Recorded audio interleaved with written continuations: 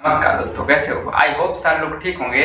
नहीं, आप लोग से बोला था मैं कल या परसों टीजर आ जाए हरी हरी पावर स्टार पवन सिंह का, तो आ चुका है। इतना विजुअल खतरनाक लोकेशन पे शूट हुआ हो। चलो आप लोग को दिखाने का प्रयास करते हैं।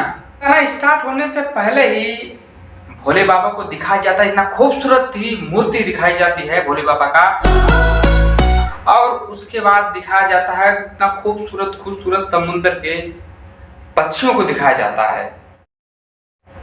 फिर आगे बढ़ते नजर आते ही अपने आ जाते हैं पावर स्टार पवन सिंह। देखते हैं अपने एक्शन मूड में एंड अपने भोलबम कपड़े और भोलबम कांवर के साथ